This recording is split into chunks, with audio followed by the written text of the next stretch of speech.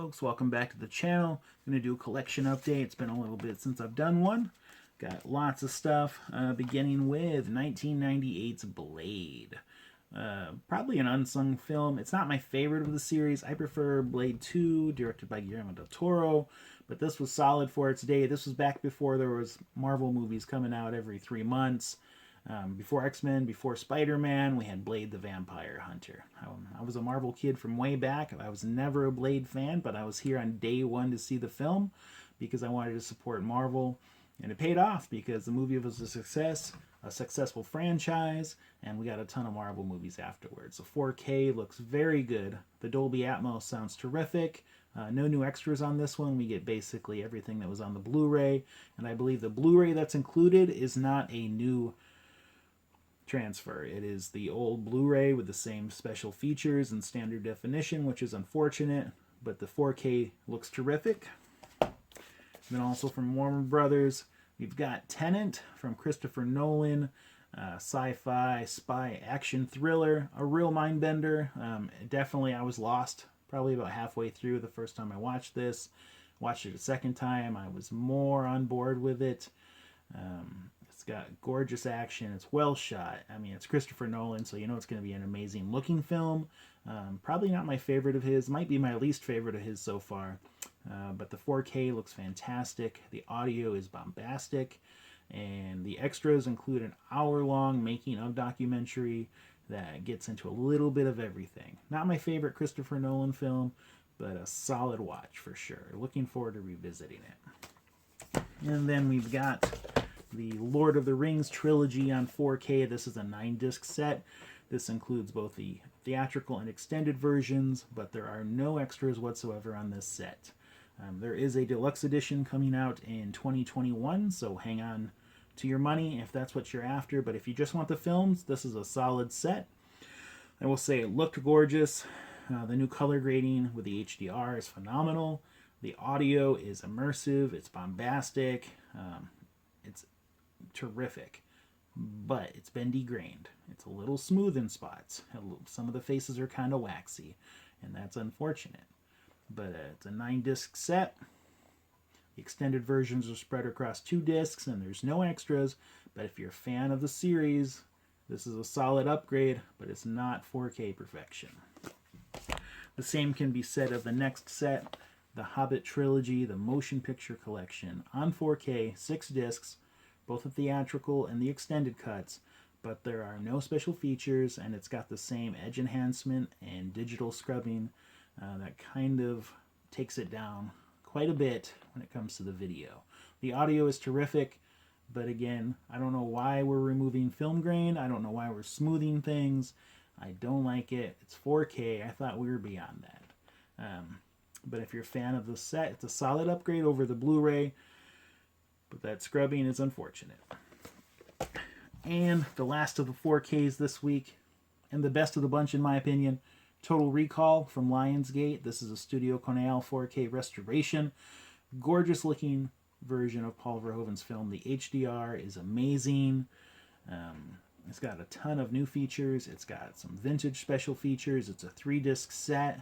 I think they did phenomenal work. This might be one of my favorite Blu-rays of the year, 4Ks of the year so far. I'm looking forward to digging deeper into it, getting into them extras. But probably my favorite Paul Verhoeven film, more than RoboCop. Summer of Fear from Doppelganger Releasing. Bought this on Amazon. This is Wes Craven's TV film he made after he did Last House on the Left, which did not garner him many more gigs. I think it scared people away, but this stars Linda Blair of The Exorcist as a teenager whose summer is turned to shit when her witchy cousin shows up, and all kinds of odd stuff happens. Seduces her dad, tries to kill a neighbor. Pretty good TV tear. It's got a vintage Wes Craven commentary on here. There's a new interview with Linda Blair and a trailer for the film. I believe it's got a trailer because I think in foreign territories this actually played in the theater as a feature-length film and not a TV film. But a pretty good TV tear if you like stuff like Dark Knight of the Scarecrow, Gargoyles. This is a solid addition to your TV terror collection. Also new from Artsploitation Films, we've got the South Korean film Beast Clawing at Straws. This is a very Tarantino-esque crime caper of sorts, a bunch of disparate and desperate people after the same bag of money. Much violence and black humor ensues. This is a solid watch. What do we get on here? Oh, I don't see any extras listed on here. That's unfortunate. This is a fun watch. But Artsploitation, Beast Clawing at Straws. From Epic Pictures, Sleepless Beauty. This is a Russian film. Haven't watched this one yet. I've seen it compared to stuff like Martyrs, so I'm assuming it's kind of torture-y. But we got a young woman, Mila, is kidnapped by a mysterious and dangerous organization known as Recreation. Forced to stay awake and under constant surveillance, Mila must fight for control of her own mind. Includes deleted scenes, behind the scenes, alternative scenes, trailers, and something called hallucinations. This is a Russian film. There is an English dub, and it is available from Epic Pictures. From Umbrella Entertainment, we have the stoner comedy Half Baked starring Dave Chappelle. This is hilarious. I love this film. It's got all the special features that we had on the DVD. This is region free, even though it says region B, and it plays just fine in my American player. We get an alternate ending, deleted scenes, 5 minutes with the guy on the couch, different types of smokers, Granny's Guide to Bacon, and director's commentary with Tamara Davis. A very funny film. If you love stoner comedies, if you're into Cheech and Chong, Harold and Kumar, this is a must-own. From Warner Archive, 2-disc edition of Hammers, The Curse of Frankenstein, starring Peter Cushing and Christopher Lee. This is a 2-disc set. We get 3 versions of the film. Actually, 3 versions. The same film, different aspect ratios. We've got the 1.66, the 1.85, and then we get the full frame 1.37, which is open matte, so there's actually more information on the top and bottom of the screen. There's also new special features by way of interview with Jack Asher. Oh, I take that back. These are featurettes, but there's a whole disc just dedicated to featurettes on here. We get the Resurrection, Men, Hammers, Frankenstein, and the rebirth of the Hammer film, Hideous Progeny, The Curse of Frankenstein in the English Gothic tradition, Torrents of Light, The Art of Jack Asher, and Diabolus and Musicus, James Bernard, and The Sound of Hammer Horror, plus a theatrical trailer. Those are new extras, and Warner does not usually do new extras for their catalog releases on the Warner Archive. It happens occasionally with a commentary, but new featurettes is pretty rare, so go out and support these guys. This is a great Hammer film with a terrific performance from both Lee and Cushing. Check it out, Curse of Frankenstein from 1958 from the Warner Archive. Highly recommended.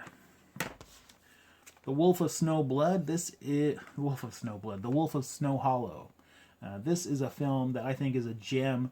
It's a small town. There's a series of deaths. It seems like the beast is tearing people apart. What's really happening? There's this offbeat sheriff. He's kind of losing his marbles, and he's having domestic issues. It's just an offbeat and quirky film, but punctuated with some great bits of gore. Definitely check it out, The Wolf of Snow Hollow. This is actually one of the last films that actor Robert Forster did, playing the sheriff's father. We get a couple of featurettes on this as well, plus a digital copy from Warner Brothers. Check that out. From The Film Detective, who've been really stepping up their game, we've got sci-fi creature feature Giant from the Unknown from 1958. Black and white film, gorgeous restoration on this. This is about a 500-year-old Spanish conquistador coming back to life and going after a scientist and his assistant and his daughter. There's an audio commentary, 2 of them on here. We get a collector's booklet, the trailer, new interview with C. Courtney Joyner, as well as an interview with Gary Crutcher, who appears in the film. They've been doing some great work with EGA. They also did, I forgot the name of the Other Side of Madness, the Charles Manson film. But definitely check it out. There's a great limited edition package. This is just the disc by itself, but it's got a great set of extras. It's always fun to get a new Mondo Macabro title, and here we have a French film called Seven Women for Satan, 1974. Haven't watched this one yet. Always fun to watch a Mondo Macabro film, though. By day, mild-mannered businessman. In his dreams, Boris Zaroff hunts naked females at his countryside estate. Just like his notorious father. One weekend, two visitors arrive at Boris's castle. The young girl's fascinated by tales of the wicked Zaroffs and asks if she can see the famous torture chamber. Maybe now the Zaroff dreams can become reality once more. From 1974, we get a new 4K scan from the camera negative, new interviews with the director, an extended version, deleted and alternate scenes, trailers, English and French audio. That is Seven Women for Satan from Mondo Macabro. Also from Mondo Macabro, Sins of the Flesh, another French film from 1974, which I haven't seen. But Benoit Landreau, the idle and depraved son of rich industrialist, has two chance encounters on the same day that will change his life forever. Jean-Pierre, a young tearaway who's been trying to steal his car, and Isabelle, 20 years old, whom he saves from being raped by her stepfather. Benoit is a coward and voyeur who gets his kicks from watching other couples make out. He cajoles his new companions to attempt what he never dared, to rob the safe in his father's factory, seduce his stepmother, to blackmail her for money, and finally go so far as committing murders, thus beginning a wild ride that takes them all to the very edge of madness. Sounds pretty fantastic. Sins of the Flesh on Blu-ray from Mondo Macabro. From Well-Go USA, the much-anticipated Possessor Uncut. From Well-Go USA, from Brandon Cronenberg, the son of director David Cronenberg. This is another mind-bending film. His first and only other film, Antiviral, came out in 2012, so it's been 8 years in the making. It's about a guild of assassins who have developed a technology to implant their mind into, not implant, but to take over a host body through an implant that's in their mind. It's very interesting, mind-bending. The violence, it's not a bloodbath, but what violence we do get is pretty visceral. Really great stuff. Stylish, mind-bending, Possessor Uncut from Well-Go USA. Also available on 4K. I liked it so much, I might be upgrading to the 4K pretty soon. And from Olive Films, who haven't been doing a ton of stuff lately, we get the John Ford Western Rio Grande, starring John Wayne. I'm not a John Wayne fan. I am not a traditional American Western fan. At least I wasn't when I was a kid. My dad watched them all the time, which is probably why I didn't want to watch them. I wanted to see Abbott Costello meet Frankenstein. I did not want to see John Ford Westerns. I wasn't a fan of them. They just seemed so sterile to me. I had seen The Good, the Bad, and the Ugly at a young age, and that kind of ruined me on traditional Westerns for a long time.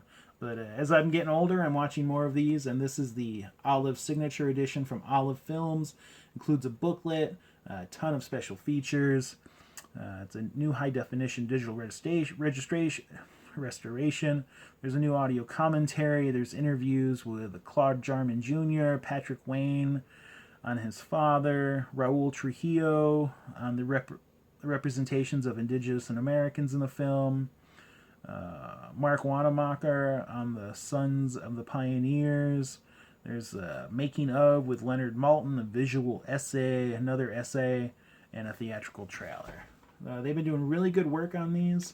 This is the fantastic looking edition, and it's got great packaging. I think the only other John Wayne film I've seen from start to finish is the Shootist, and I love that film too. So I'm definitely going to be digging into more John Wayne films, and I'm glad to see more getting the special edition treatment. I know Olive released this previously on a standard Blu-ray, but this is their deluxe signature Olive edition. Rio Grande. And